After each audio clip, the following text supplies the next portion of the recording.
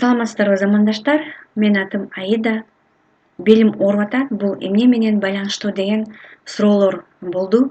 Ошондуктан мен ушул суроого жооп катары энергетика жактан түшүндүрүп берейин. Адамдын омурткасына 7 чакра, 7 энергоборбор жайгашкан. Бел бул ылдый жактан санаганда экинчи чакра Сватхистана чакрасы менен байланыш. Сватхистана чакрасы бул киндиктен 2 сантиметр ылдый жакта, омурткага жакын, белдин тушу болуп калат.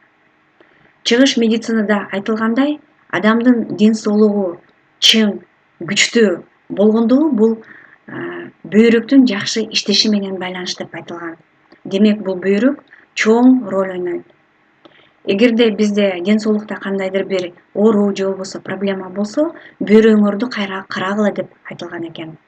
Эгерде биз азыр ушул бөйрөктүн ушул чакранын тегерегиндеги органдарды карасак, бул бөйрөк, табарсык, жамбаш жана бут суставтары дагы кирет экен.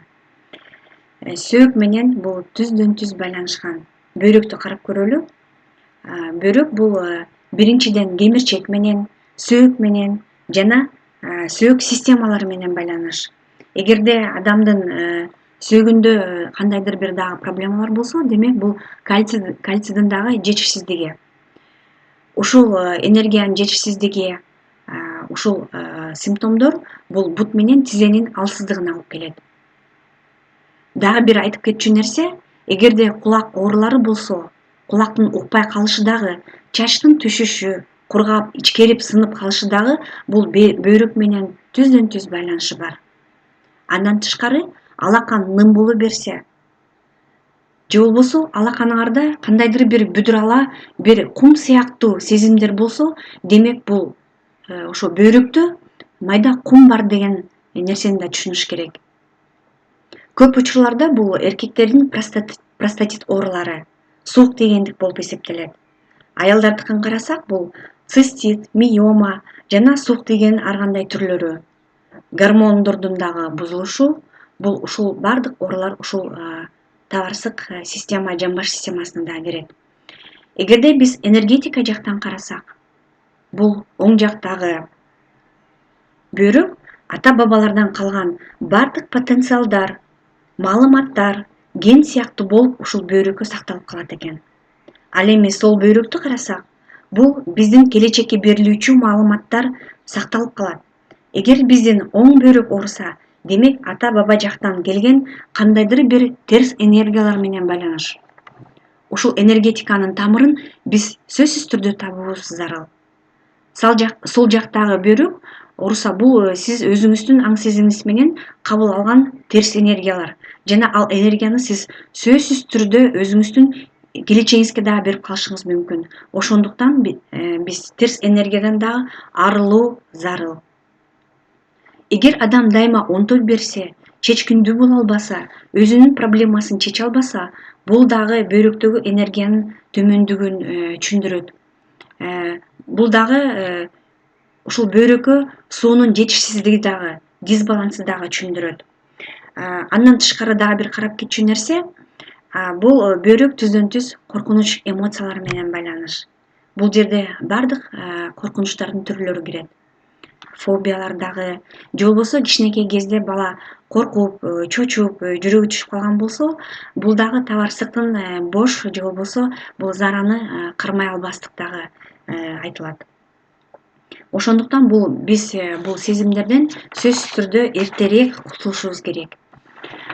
Дагы бир нерсе, бул табарсык, бөйрөк, кулактын угушу, чачтын абалы, бут, сустав, сөөктүн, кемирчектин ушул органдар белдин оорусуна дагы түздөн түз сигнал болуп эсептелет экен. Сиз да муну билип коюшуңуз керек. Биз өзүбүздүн организмибизди дагы бир убакта уга алсак болот. Кантип?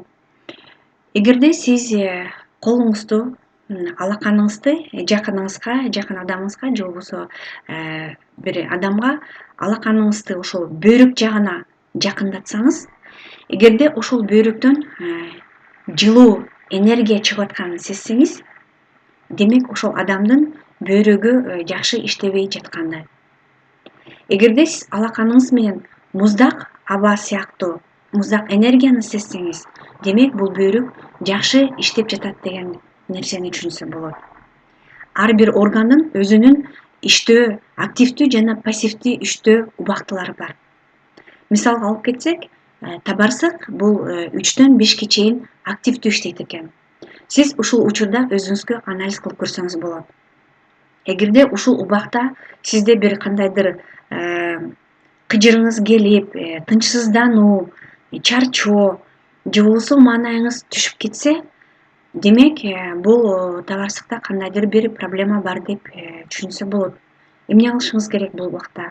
Сиз суу ичсеңиз жана суу ичип, эс алып, мен сизге да бир нерсени сунуштайт элем, медитация кылсаңыз, бул да сизге аябагандай жакшы жардам берет.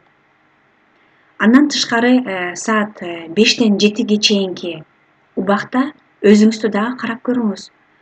Маанайыңыз түшүп кетсе, жок жерден сиз кыжалат болсоңуз, же болбосо бир нерсеге тез нерв болуп, же болбосо чарчап жок жерден кайра маанайыңыз өйдө ылдый түшүп турса, бул дагы бөйрөктүн энергиясы түшүп кеткендик, же болбосо биякта суу жетишпей калгандыкта да билсе болот. Демек сиз эмне кылышыңыз керек? Суу ичкенде карашыңыз керек. Сиз жакшы ичип атасызбы? Кандай суу ичип атасыз? Бул азыр мен сизге дагы бир суу режимин дагы көрсөтүп коеюн. Бул суу режими менен туура ичиш керек. Адам бир күндө 1,5 литрден 2 литрдин тегерегиндеги сууну ичүүсү зарыл. Бул сиздин салмагыңызга жана сиздин жашыңызга дагы караштуу. Бул сууну бир гана бөйрөк үчүн гана ичиш керек эмес. Ар бир органга бул суу эң керектүү нерсе. Демек, бул дагы эң ушу суу аркылуу биз дагы эң сонун энергияларды алабыз. Дагы бир нерсени айтып кетчү, мен айтып кеттим, бул коркунучтар деп. Сиз үйдөгү катышты мамилени да карап көрүшүңүз керек. Бул сиздин үйүңүздөгү жубайыңыз менен болгон мамилелер. Эгерде сиз эркек болсоңуз, келинчегиңиз менен болгон мамилени караңыз. Эгерде сиз аял киши болсоңуз, жолдошуңуз менен, күйөөңүз менен кандай мамиледесиз? Сизде гармония барбы? Түшүнүктөр барбы? Дагы бир нерсе, бул сиздин атаңыз менен болгон сый урмат мамилелер. Эгерде сизде таарыныч болсо, атаңызга, агаңызга, иниңизге, эркек балаңызга жана жолдошуңузга таарыныч болсо, демек бул тез арада сиз ушул энергетикалардан, терс энергетикалардан, таарынычтардан тез арада арылууңуз керек. Себеби бул түздөн түз бөйрөк белге дагы сигнал берип атат. Мен сиздерге дагы бир нерсени айтып кетейин. Эгерде бел ооруп жатса, бул сизге мен гимнастиканы дагы бир сунуштайт элем. Бул гимнастиканы сиз жатып алып, эки колуңузду жерге таянып туруп, акырындан бардык ошо үстүңкү денеңизди артка акырындан көтөрүшүңүз керек.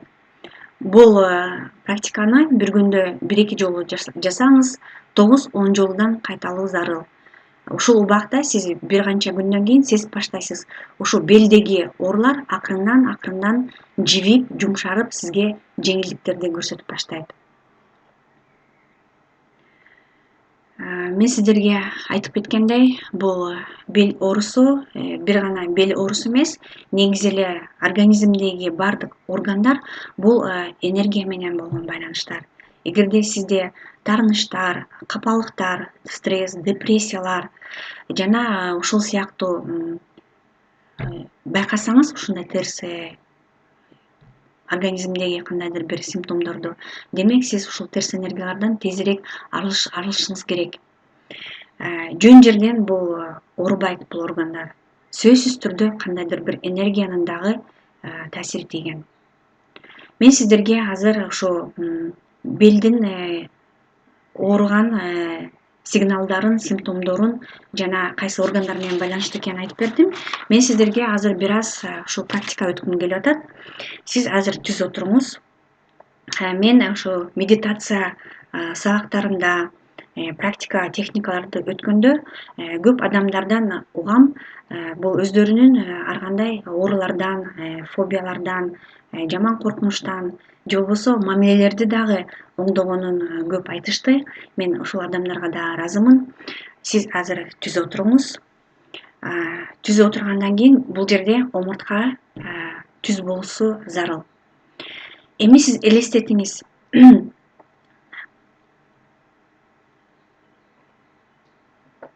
Сизге дайыма энергия жерден жана бул 7-чакраңыз өдө жактан энергия кирип атат деп. Бул чексиз айланган циркуляция энергия. Бул энергия дайыма таманыңыздан, бул 8-чакра жер менен болгон байланыш, таманыңыз аркылуу энергия кирет жана бул асмандан түшкөн энергия. Сизде бул үзгүлтүксүз энергия өтүп атат деп элестеткиле. Азыр сиз көзүңүздү жумасыз дагы, ичиңизден 7 жолу санап дем алыңыз. Көкүрөк менен дем аласыз, мурдуңуз менен дем алып, акырын жай оозуңуз аркылуу абаны чыгарышыңыз керек.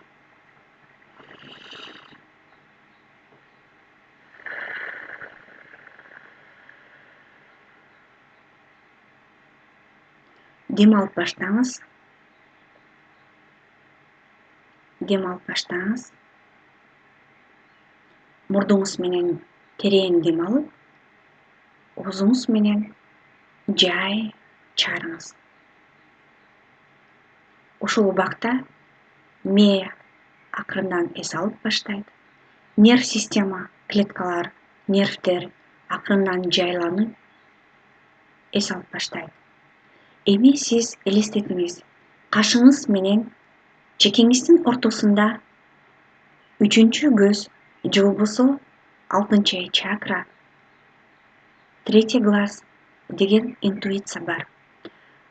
Ошол көзүңүз менен сиз аракет кылыңыз.